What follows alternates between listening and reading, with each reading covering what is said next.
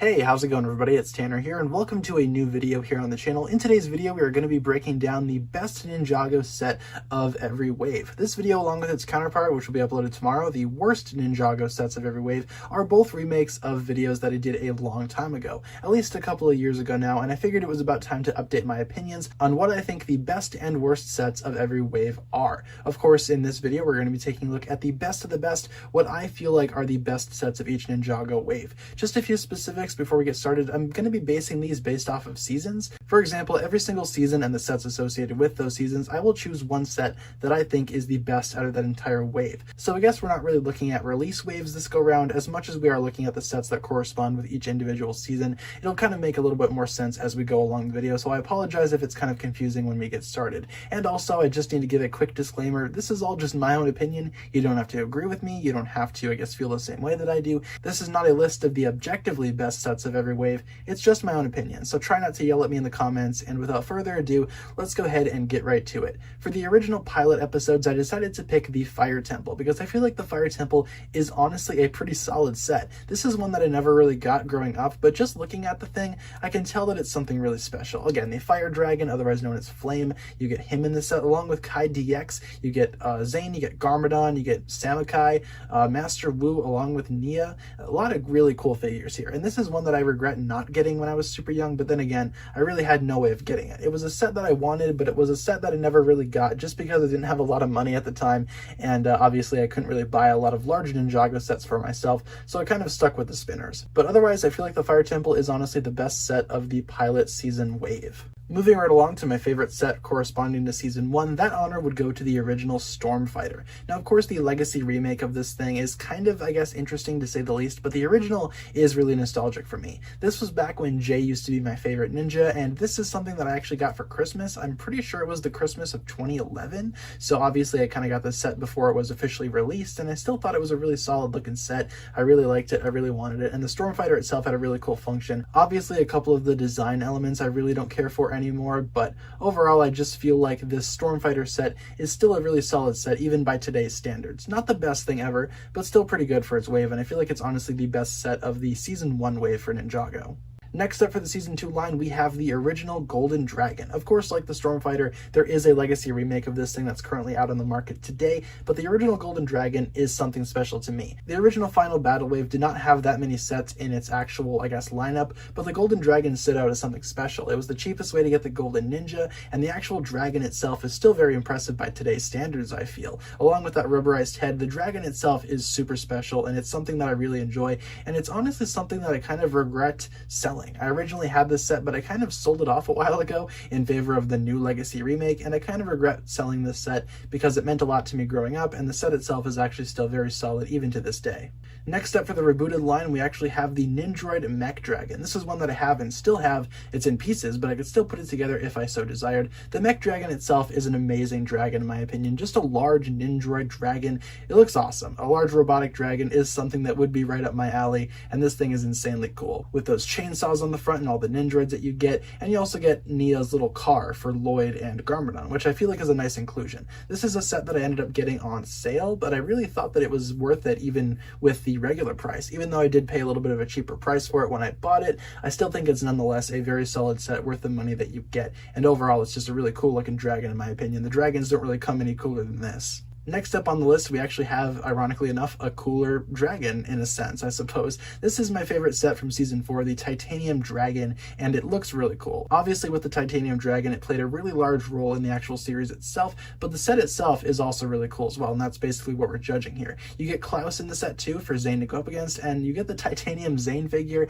Need I say more? That figure itself is exclusive to this set, and it's really cool. I really like that figure quite a bit, and also the dragon itself is nice. The only thing that I don't really care for about the dragon is that head, but it was easy enough to customize on its own. I just kind of gave it horns and then I was kind of good from there. Overall though, the Titanium Dragon is a very standout set from the tournament wave, and it's still one of my favorite tournament sets to this day. All I hope is that we eventually get a Legacy remake of this thing maybe sometime down the line to make the Titanium Dragon look a lot cooler and a lot more intimidating. Next up from Season 5, we actually have another dragon. This time it is the Master Wu Dragon. The Master Wu Dragon is a set that I honestly feel is one of the best deals throughout all of Ninjago. I remember when this thing came out, and it was a very good value for its price. And even still nowadays, it's still one of the better sets on the market, or at least when it was on the market, in terms of price to part ratio, at least in terms of my own opinion. And also the dragon itself is super cool. I love the mustache look that the dragon has. I love the interesting use of pieces. I love everything else that you get in the set too. Overall, it's just a really nice looking play set with an excellent dragon with excellent pieces of articulation and really cool minifigures to back that up. Overall, the Master Wu Dragon is one that I also have that I ended up selling, but that's only because I ran out of space for it. I kind of sacrificed this set in order to make room for other sets, and I kind of regret that decision, but still, the Master Wu Dragon is my favorite set from the Possession wave. Of course, there's a little bit of debate here whether or not the Temple of Jitsu can be considered a Possession set. I personally don't consider it to be one. It kind of doesn't really fall in line with any particular wave, so that's kind of why it's not here. But if you can include the Temple of Jitsu on here, then it would definitely take this spot. Otherwise, the Master Wu Dragon takes up the spot for the Season 5 set. For Season 6, I have the Lighthouse Siege set. Now, of course, this set did debut in the Day of the Departed wave, but come on, it's obviously meant for Skybound. It's obviously a Season 6 set, and it features a famous scene from Season 6 itself. So obviously, I have to say that the Lighthouse Siege is my favorite set from Skybound, which of course features a scene in which Jay and Nia fight off Nauticon and the Sky Pirates. I honestly feel like this set is really cool. I recently ended up dismantling it after I didn't really have a lot of room for it in my new apartment, but still, the actual set itself is really fantastic. You get fantastic minifigures like Echo Zane, Nauticon, and easy ways to get Jay and Nia, and also you get a light brick in this set. I mean, that should pretty much speak for itself. A light brick, awesome. Overall, though, this set kind of, I guess, showcases one of my favorite scenes from Season 6, and one of my favorite scenes throughout all of Ninjago, so obviously I'm kind of obligated to, I guess, say that this is my favorite set out of the Skybound wave. For Day of the Departed, I decided to pick the Titanium Ninja Tumbler. Now, the reason why I chose this set to be my favorite from Day of the Departed is because none of the other Day of the Departed sets impressed me as much as this one did. For the most part, they're all pretty average looking sets, but the Titanium Ninja Tumbler I thought was always really cute with its squat proportions. I just really enjoyed it. It was kind of like a brick on wheels, and for that, I really did enjoy the set. Never ended up getting this one, but I always really loved the look of it, and it's a set that I kind of regret not buying. So I guess I don't really have a whole lot else to say about it because I never bought this set, but the Titanium Ninja Tumbler is, in my opinion, the best set of the Day of the Departed line of sets. Next up for Season 7, we have the Dawn of Iron Doom. This is one that I actually did end up getting, and this is really cool. It comes with the Iron Doom itself, both Time Twins, all 4 Time Blades. You can't really go wrong with this set. And also you get Master Wu, you get Lloyd, you get Jay. So overall, this set is pretty good in terms of figures and also in terms of build. The main draw for this set is the Iron Doom itself. It looks fantastic. I love the way that it's actually designed. And you also get a couple of random side builds too, just some battle arenas, things to that nature. But overall, the Iron Doom itself is what I basically bought the set for, along with the Acronix and Crux figures. I feel like those two together coming in this one set is excellent, and this is pretty much the best way to get those two in the entire Hands of Time wave, so you're kind of obligated to get this set if you kind of want Acronix and Crux. Overall, though, this set is super well done, super fantastic to me, and it's easily my favorite from Hands of Time. Nothing else really even comes close. For Sons of Garmadon, I decided to pick the Temple of Resurrection, which is of course one of my favorite Ninjago sets ever. I still have it on display in my new studio to this day, and that's just because I really like this temple. I love how it's kind of built on like a rock type of environment. The overall temple itself looks like a giant face with a mouth and an eyeball at the top there. You get all 3 Oni masks in this set, as well as various key characters for Season 8, like Harumi, Hutchins. You get Garmadon in this set too in his revived form. You get Cole, you get Lloyd, and you get Baby Wu and Mr. E. Come on, figures here are amazing. Overall, though, the temple itself still looks fantastic, and it still is something that I want to keep up in my room for a very long time. Even after I record this video, there's not really going to be a reason for me to take down the Temple of Resurrection, unless, of course, I run out of room. But overall, though, the Temple of Resurrection is a set that I am really fond of, and it's easily my favorite set from the Season 8 wave. Season 9, I decided to pick the Throne Room Showdown set because Hunted admittedly doesn't have all that great of sets in my opinion. I'm kind of feeling the same way about the Hunted sets that I feel about the Day of the Departed line. Just not a lot there that impresses me, except for this one. But you get a lot of cool minifigures here, and that's kind of the main draw for this set, honestly, and there's nothing wrong with that. It's kind of a small set with some really excellent minifigures. You get Skylar, Nia, Harumi, Pixel as Samurai X, and Lloyd. I mean, you basically get a lot of the key characters for Hunted right there, so what else do you really need from this set? Of course, the build itself is kind of small, but I really don't care about that. I just like the figures, and I'm really happy with the minifigure selection included in this set. Really enjoy this, and it's easily my favorite Hunted set that's out there.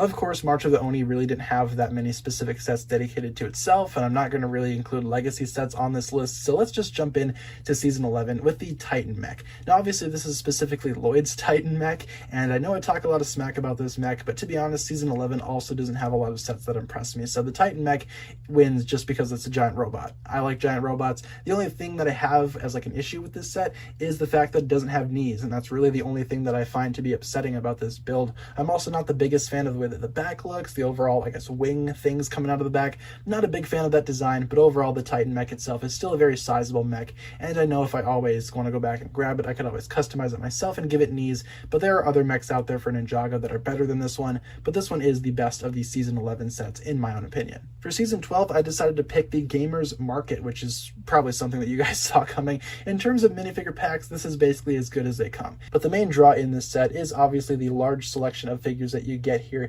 You get everything from DigiJ to Pink Zane to Okino to Avatar Harumi. There's honestly just a lot here, and this set is one that I bought specifically for the figures. Not even ashamed to admit that. There are a couple of Ninjago sets that kind of fall into that category for me, and this is probably the most obvious one. The Gamers Market set does have some decent side builds, like I said, but the main draw are the figures, especially with Pink Zane and Avatar Harumi. Those two figures alone are just worth the set entirely. For 30 bucks, you get a lot of good stuff here, and I still stand by my opinion that the Gamers Market is one of the best sets in recent memory, and it's easily my favorite Prime Empire set out there. For Season 13, I decided to pick the Woo's Battle Dragon set, which might seem kind of like a weird choice to you guys, but honestly, Season 13 sets didn't really impress me all that much either, but Woo's Battle Dragon absolutely blew me away. It's a small little dragon for Master Wu, but it's just so awesome and so cute. Again, 2 Master Wu dragons on this list. That was not intentional. This thing is just my favorite Season 13 set. You get Hero Wu along with a Gecko. That's kind of cool, but the actual dragon itself is what you pay the most amount of money for, and I feel like that wingspan alone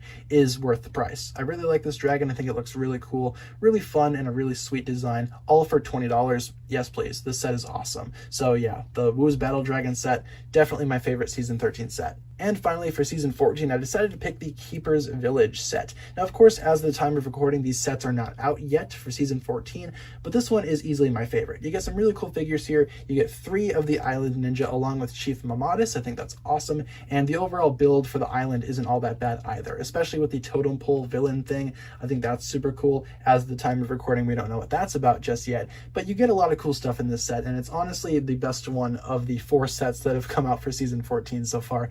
In my own opinion, I feel like this set is going to be the best one once they eventually do release here in my territory. So I will talk more about that when we eventually do get that set, because that is one that I'm going to be picking up. But with that being said, guys, that'll pretty much wrap it up for this video. Again, we did not include things like the Ninjago movie. We did not include Ninjago Legacy stuff. We just kind of included stuff that's specifically designed for the TV show. So hopefully you guys understand, and hopefully you guys enjoyed my look at my favorite sets from every single season. In case you guys want to go ahead and leave your own thoughts down below in the comments, feel free to do so. Leave your own favorite set from every season down below as well, and let me know what you thought of my list. With that being said, guys, thank you so much for watching this video. That'll pretty much wrap it up for this one. Stay tuned for the video that will be uploaded on the channel tomorrow. That'll be the, I guess, opposite to this video, the worst sets of every wave. So stick around for that one, and hopefully you guys enjoyed this one. If you did, feel free to like, comment, subscribe, do all that fun stuff, and check out the links down below in the description for my other forms of social media. As always, big shout out goes out to my Patreon supporters, including, once again, the Marvelous Jan. Thank you guys so much for watching this video. Once again, my name is TannerFishies, and with that, I bid you farewell.